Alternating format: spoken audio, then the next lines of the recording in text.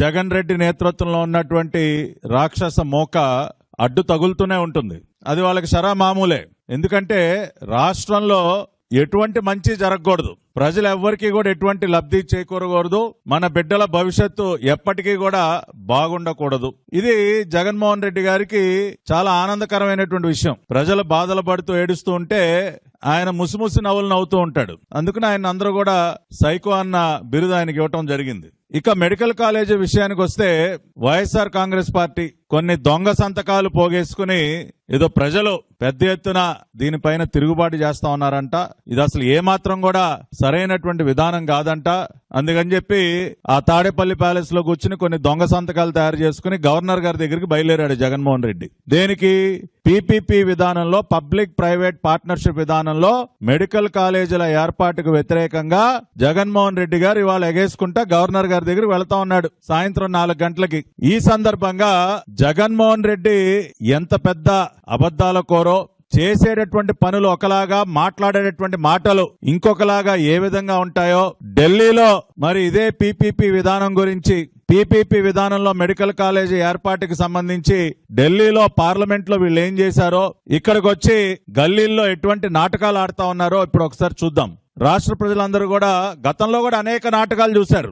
జగన్మోహన్ రెడ్డి ప్రజల్ని మోసం చేయడానికి, నమ్మించడానికి ఆడినటువంటి అనేక దొంగ నాటకాలు గతంలో కూడా చూసాం. ఇప్పుడు మరొక నాటకం, ఢిల్లీలో ఒక మాట, గల్లీలో అద్భుతమైనటువంటి నాటకాలు ఇక్కడ. సో ఒకసారి వివరాల్లోకి వెళితే ఇప్పుడు నేను మీకు స్క్రీన్ మీద చూపిస్తున్నది standing committee on health and family welfare. వారు హెల్త్ అండ్ ఫ్యామిలీ వెల్ఫేర్ కి సంబంధించినటువంటి standing committee report number 157 dated 9th February 2024, ఫిబ్రవరి 9, 2024 పార్లమెంట్ లో హెల్త్ అండ్ ఫ్యామిలీ వెల్ఫేర్ కి సంబంధించినటువంటి స్టాండింగ్ కమిటీ ఇచ్చినటువంటి నివేదిక 157. ఈ స్టాండింగ్ కమిటీలో ఎవరు సభ్యులుగా ఉన్నారు, ఏమి రికమెండ్ చేశారో మనం చూద్దాం. ఇది ఒక్కసారి మీరందరూ కూడా గమనించాలి.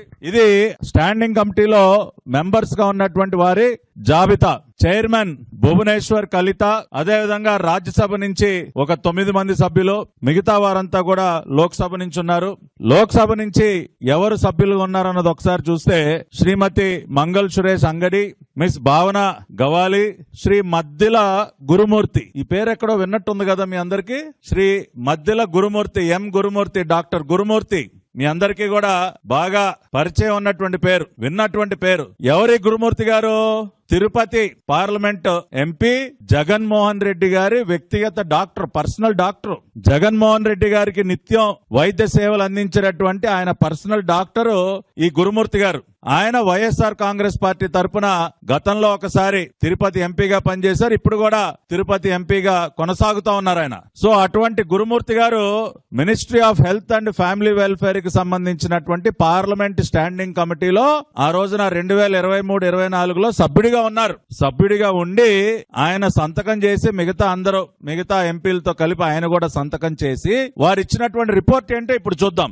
ఇది ఆ రిపోర్ట్ లో ఉన్నటువంటి వివిధ అంశాలు. సో గురుమూర్తి గారు సభ్యుడిగా ఉన్నటువంటి health and family welfare standing committee ఆ రోజున ఏం చెప్తా ఉందంటే, మన దేశంలో ఎంబీబీఎస్ సీట్లు చాలా తక్కువగా ఉన్నాయి, కానీ ఎంబీబీఎస్ సీట్ల కోసం నీట్ పరీక్షలో హాజరయ్యేటటువంటి వారి సంఖ్య చాలా అధికంగా ఉంది. కాబట్టి మనం సీట్ల సంఖ్యని పెంచాలి అని చెప్పి గ్రాఫులేసి మరి ఒకసారి చూస్తే 2023-24లో నెంబర్ ఆఫ్ ఎంబీబీఎస్ సీట్స్ 107,658 ఉంటే నీట్ పరీక్షలో హాజరైనటువంటి వారి సంఖ్య 20,38,000. అంటే 1,00,000 సీట్లకి 20 లక్షల మంది మరి రాస్తా ఉన్నారు, పరీక్షలు రాస్తా ఉన్నారని చెప్పి వారు దానిలో ప్రస్తావిస్తూ తర్వాత ఏమన్నారో చూద్దాం. అదే విధంగా పీజీ సీట్లు కూడా అందుబాటులో ఉన్నది 68,000 పీజీ సీట్లు అయితే పరీక్ష రాసేవారి సంఖ్య దాదాపుగా మరి 2,08,898 ఉంది. దాదాపు 3 రెట్లు అధికంగా పీజీ సీట్ల కోసం రాస్తా ఉన్నారు. కాబట్టి పీజీ సీట్లు కూడా పెంచాలి అని చెప్తూ వాళ్ళు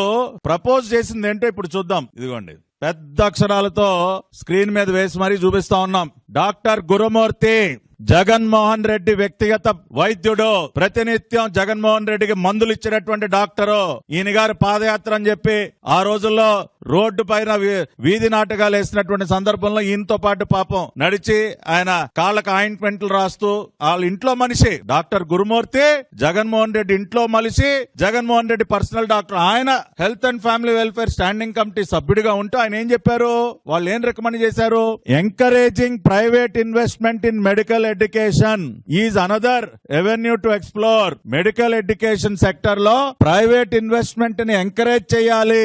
providing incentives and regulatory support to private institutions willing to establish medical colleges can not only increase seat availability but also introduce healthy competition and innovation in medical education. కాబట్టి ఖచ్చితంగా ప్రైవేట్ ఇన్వెస్ట్మెంట్ ని మనం encourage చేసి ఆ రకంగా private investment చేసే వాళ్ళకి మనం అదనంగా ఇన్సెంటివ్స్ ఇచ్చి ఇంకా కూడా వాళ్ళని మనం ప్రోత్సహించాలి అని చెప్తూ వాళ్ళు చేసినటువంటి రికమెండేషన్ ఇది. కాబట్టి వైఎస్ఆర్ కాంగ్రెస్ పార్టీ ఎంపీ గురుమూర్తి స్టాండింగ్ కమిటీ సభ్యుడిగా ఉంటూ వారు చేసినటువంటి రికమెండేషన్ ఏంటో ఇప్పుడు మీకు చదివి వినిపించా.